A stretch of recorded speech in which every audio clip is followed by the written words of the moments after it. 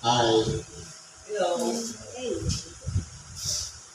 sa pangalan po ng dakilang Panginoong Jesucristo, isang mapagpalang hapon sa bawat isa. Dito po tayo sa pagpapatuloy ng gawain kung saan meron tayong mga aralin na pinagkaloob para sa araw na ito sa nating pag-aralan at bibigyan ng buhay upang ito ay maging gabay sa ating pag-araw-araw na marunong. Ngayon po, dako tayo dito sa isang mensahe. Sabi po sa sulat ni Apostol Santiago, sa Kapitulo 5, versikulo 7, hanggang sa 10. Ano po ang sabi dito? Mga tiis nga kayo mga kapatid, hanggang sa pagparito ng Panginoon. Narito, inaasahan ng magsasaka ang malagang bunga ng lupa na may pagtitiis hanggang sa tanggapin ang ulan maaga at ulit. Ngayon po, sabi dito, mga tiis nga kayo. Ano-ano po ba yung mga dapat nating pagtiisan? Minsan po, may mga bagay-bagay na dinaranas tayo sa pang-araw-araw. Na para sa imagination natin, dapat ganito ang nangyari. Pero yung totoong mangyayari, bakit baliktad? Sa inaasahan natin, dapat na nangyari. Halimbawa, nagplano tayo ngayon para bukas. Pero ibang nangyari sa kinabukasan. Ibig sabihin, i-apply natin yung pagtitipis. Kasi yan po, expectation natin yan. Yan ang inaasahan natin. Yan ang plano natin.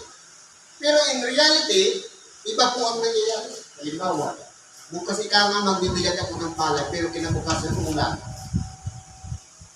Pagtitiisan natin na huwag munang magbilag. Ibig sabihin, yung mga negatibong bagay na nangyayari salungat sa ating inaasahan, dito po tayo tinuturuan para magtiis. Dapat po, i-apply natin sa ating buhay yung tinatawag na satisfaction. Maging satisfied, makontento.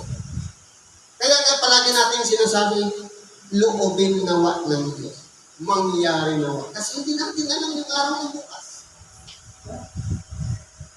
Ngayon, kung mapapansin natin, ang nangyayari sa ngayon, na salungat sa ating mga inaasahan, parte po yun ng pagtitiis.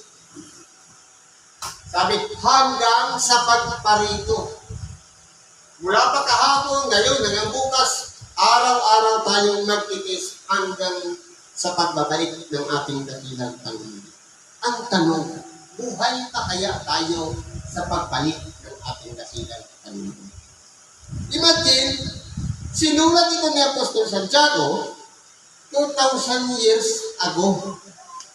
Ilang henerasyon na kaya ng tao na ang edad lang ng tao minsan abot ng 70, 120, i-divide mo yung 2,000, 26 o 25.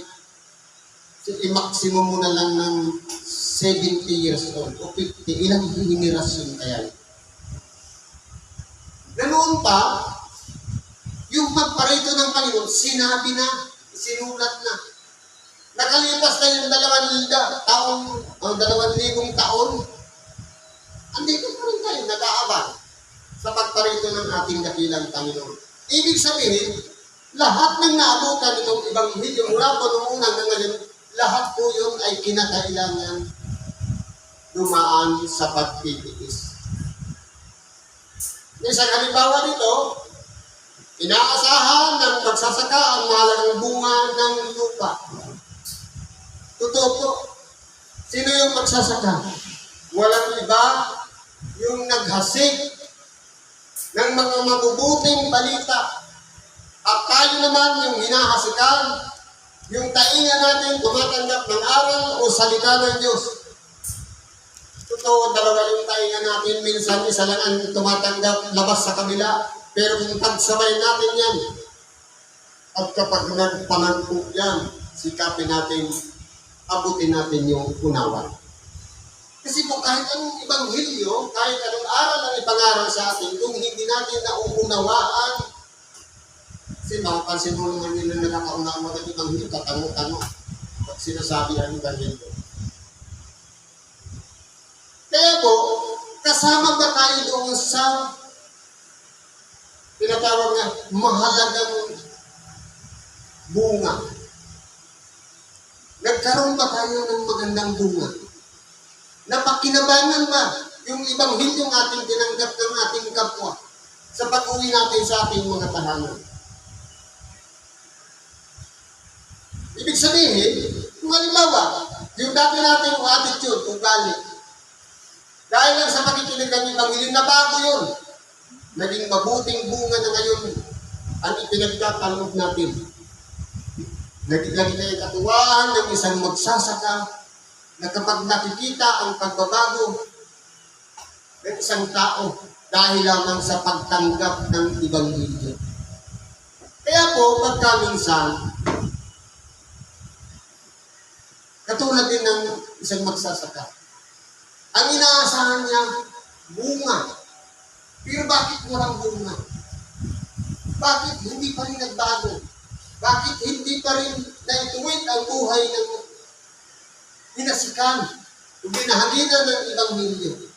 Kasama rin yun sa pagtitiis ng magsasaka. At buhay din yun ng magsasaka na kinakailangan din magtiis.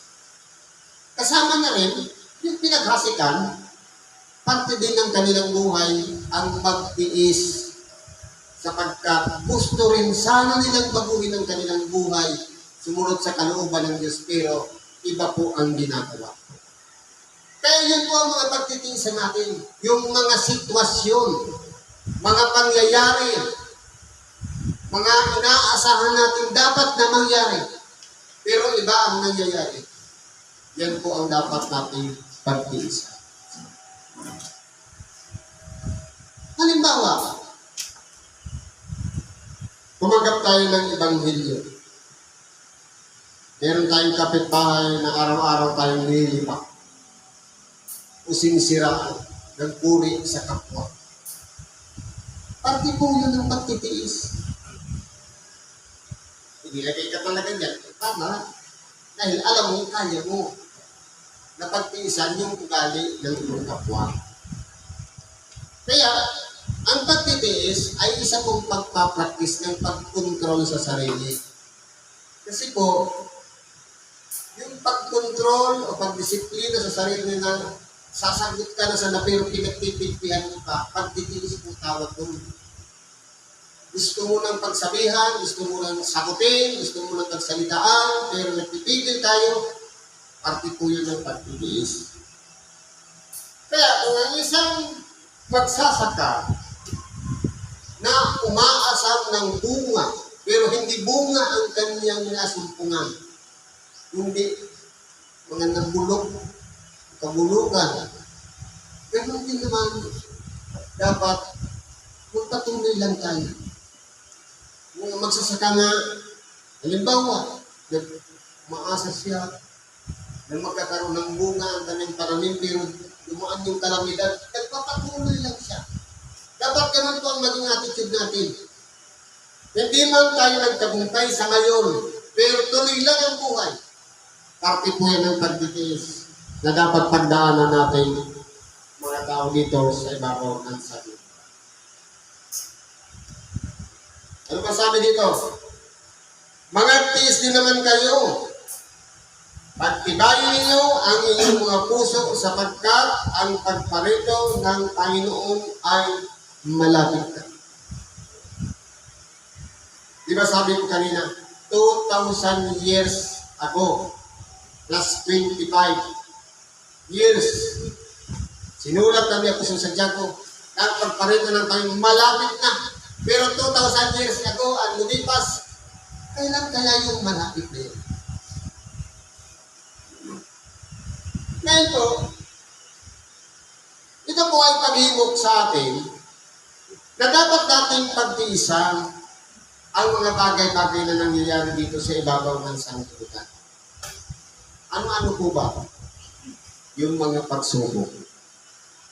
Minsan, hindi natin in-expect yung mga pagsubok na mas mabibigat. Minsan, akala natin tapos na. Pero bakit meron pa rin?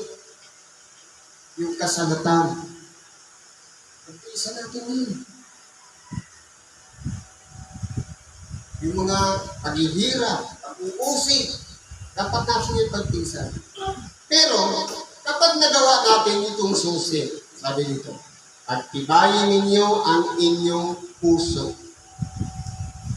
Ano po ang naririyan sa ating puso? Sabi ng iba po, ang naririyan sa ating puso, ito po kasi ang may taglay ng tinatawag na damdamin o emosyon. Paano natin mapapagtibay ang damdamin? Totoo, sumusunod tayo sa kalooban ng Diyos, pero bakit natatalo pa rin tayo ng damdamin? Kasi kung pag-aralan natin ang damdamin ng tao, depende po kasi yan sa araw-araw natin nag-i-experience. Halimbawa,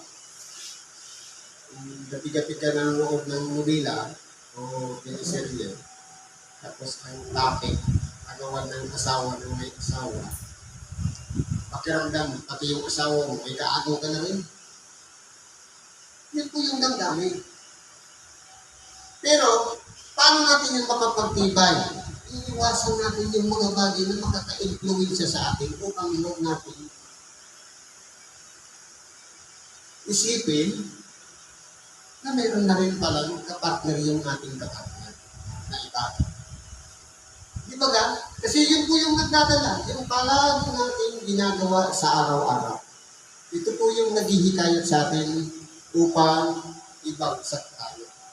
Kaya nga sinasabi nito, papagtibayin ninyo ang inyong mga puso. Pinakailangan natin ang kasama. Si Kristo ang kinakailangan maghari dyan sa ating mga puso. Huwag yung sarili natin kalooban. Kasi po, hindi po siya mapapagtibay dahil ang tao po ay inilikha sa isang marupok na kalagayan.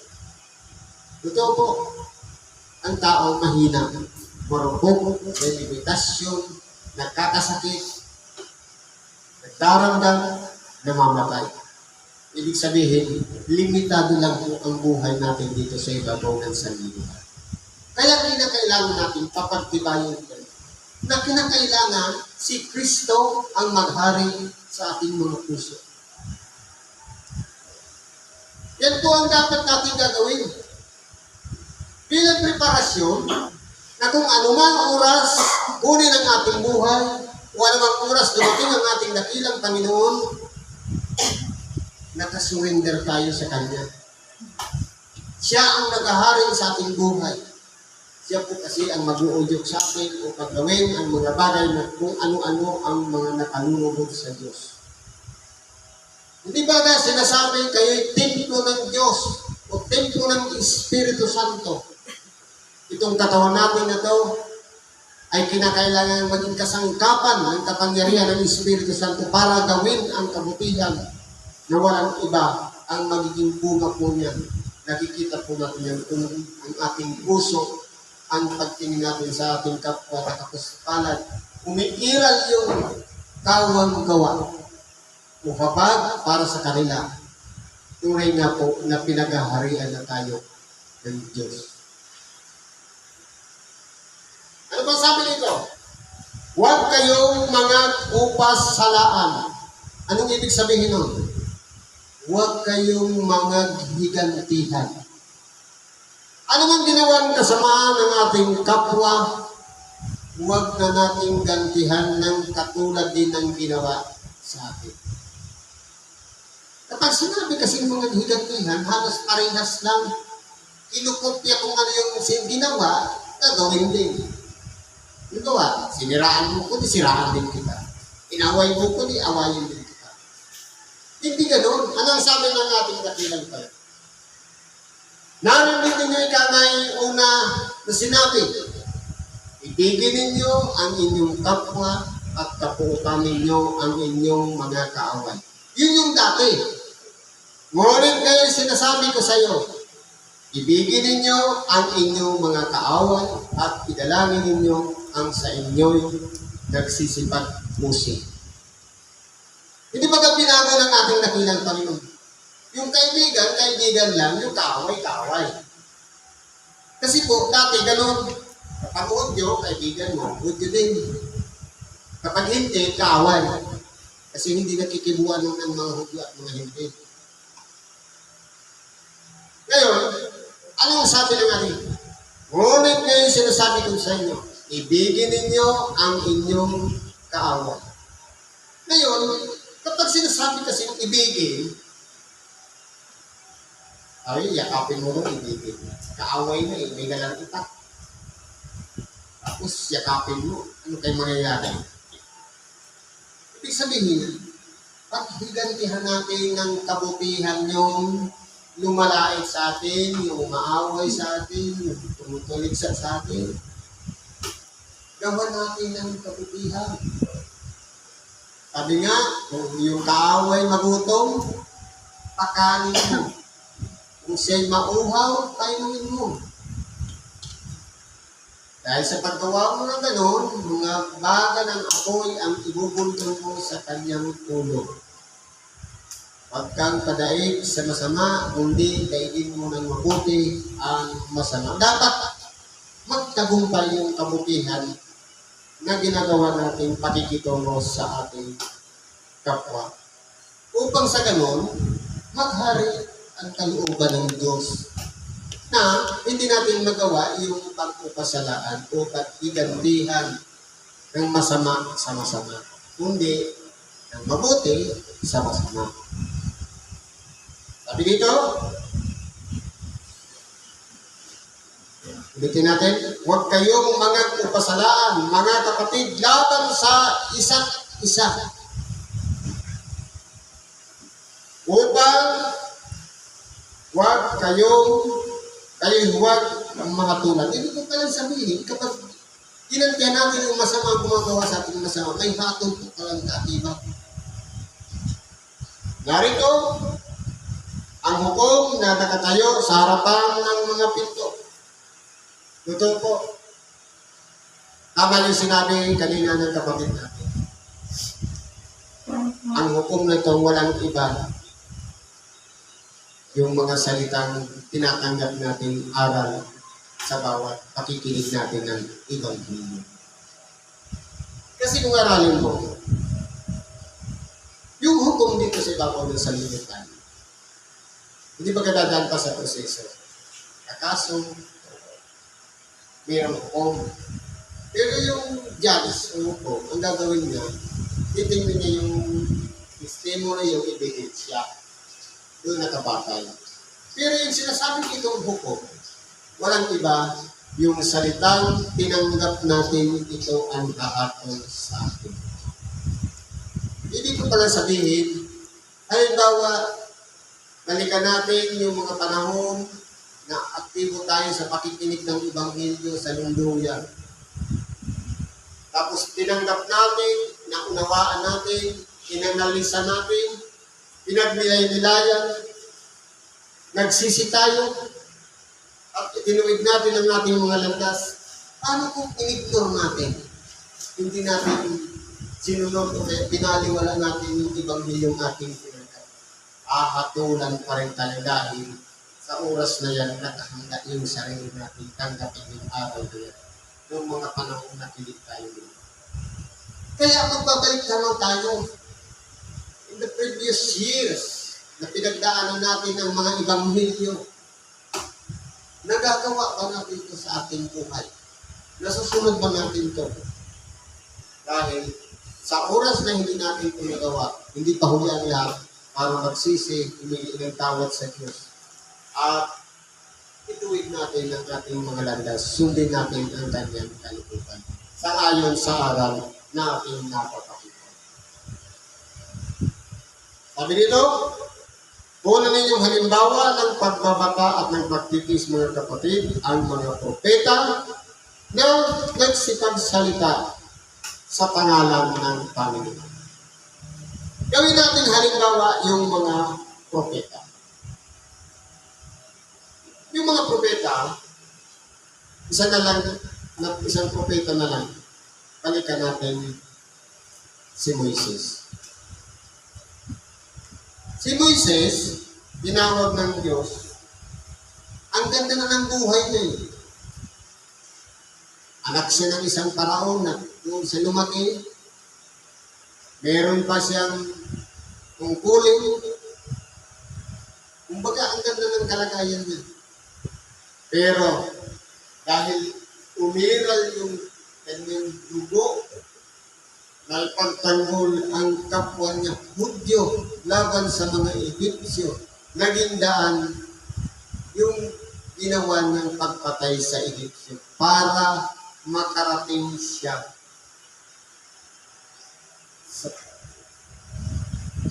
sa wilderness, sa kapighatian na kalagayan. Ang ganda na ng trato sa kanya, yung kinakain niya, 40 years yung nabuhay niya. Pero, naging daan yung para makilala niya ang Diyos, yung makipagkita sa kanya sa isang mababang punong kahoy. Kaya tinawag, kung mapapasin natin, tinawag ba si Moises dahil lang sa pagpatay, nakilala niya ang Diyos? Ang tinignan ko kasi doon, yung sitwasyon na yung dugong Hudyo na nangalaytay kay Moises, umiral ito. Ibig sabihin, may pagpapahalaga siya sa mga lahi ng Diyos na dumanas ng pag-uusig sa mga Egyptyo. Masakit. Ganun ang umiral sa kay Moises. At siya'y sinugo, pero ano ang nangyari? Bagamat 40 years siya sa parang na nabuhay,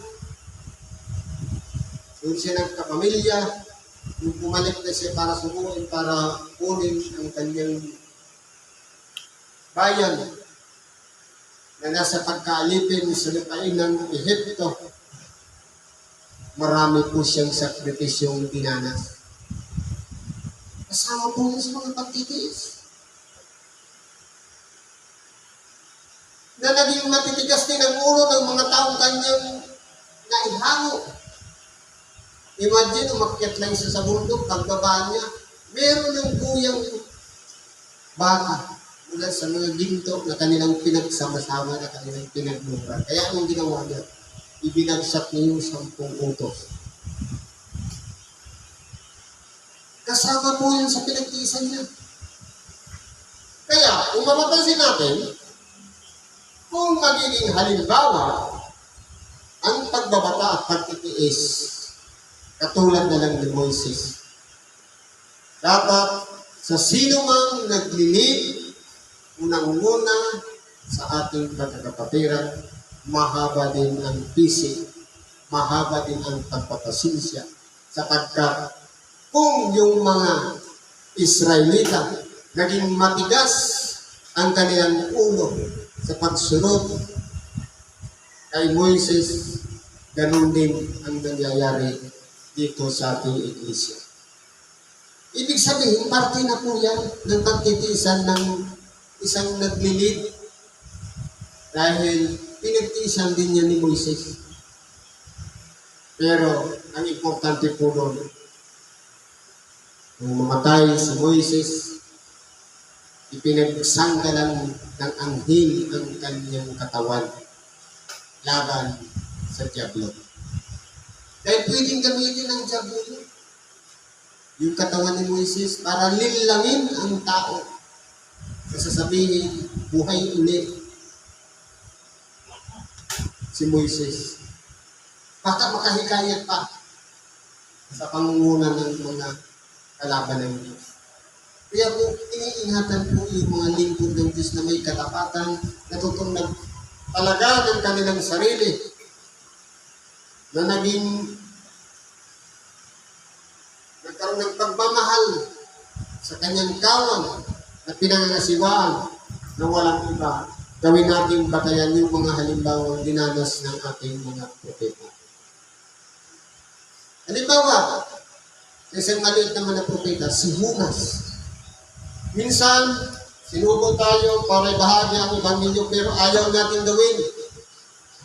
Pero gagawa at gagawa ang Diyos ng pamamaraan na kinakailangan mangyari ang kanyang kalooban. Let thy will be done. Di ba anong ginawa ni Judas? Sinubo siya para mangaral sa mga taga-Ninive. Anong ginawa niya? Tumakas siya. Sakay ng isang daon, pagdating sa gitna ng dagat, yung naglalakbay na yung daon, dumating yung unos at halos mapinsala na. Anong sabi ng mga tao doon?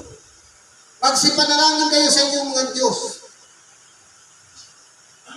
upang tayo'y makaligtas sa salot na ito. Ngayon, naalala ni Judas na sinubo siya, sabi niya siya na lang ihagis. At pagkatapos ng humupa. Kaya po, kung napansin natin, naghanda ang Diyos ng isang malaking isda para ibalik siya doon sa bayan na dapat niyang pangaralan ng pagsisisi. Kaya po kinakailangan masunod ang kalooban ng Diyos. Kaya po, tinuturuan tayo dito na dapat gawin nating halimbawa yung pinagdaanan ng mga propeta. Dalawang propeta pa lang yan, naging halimbawa. Marami pang mga propeta. Magsaliksik tayo sa kanilang kasulatan at masasumpungan natin ang mga sakripisyong dinanas ng mga propeta na dapat natin gawin halimbawa upang sa ganun maging malakas ang ating paninindigan, ang ating pagsunod sa kalooban ng Diyos upang masunod natin ang kanyang kalooban. Kaya po, ang pagtitiis, parte po yan ng eksaminasyon din sa atin. Kung hanggang saan ang kaalaman natin, ang unawa natin, at ang pagkakatuto natin, sinusubok po yan. Nagamit ng ibang tao para subukin kung hanggang saan ang ating pagtitiis para pagtabuntayan ang mga bagay-bagay na nangyayari sa ating mga pinagdadaan ng buhay dito sa ibabaw ng sandigan. Siguro po, hanggang dito na lang, pagkibagay natin sa oras ito. Salamat po sa Diyos. At ano man ang ating kahilingan, karaingan, igunod po natin yan sa Diyos at nagkakatiwala sa Kanya. Sa ngalan ni Kristo Jesus, salamat at mapagpalang hapon sa bawat isa.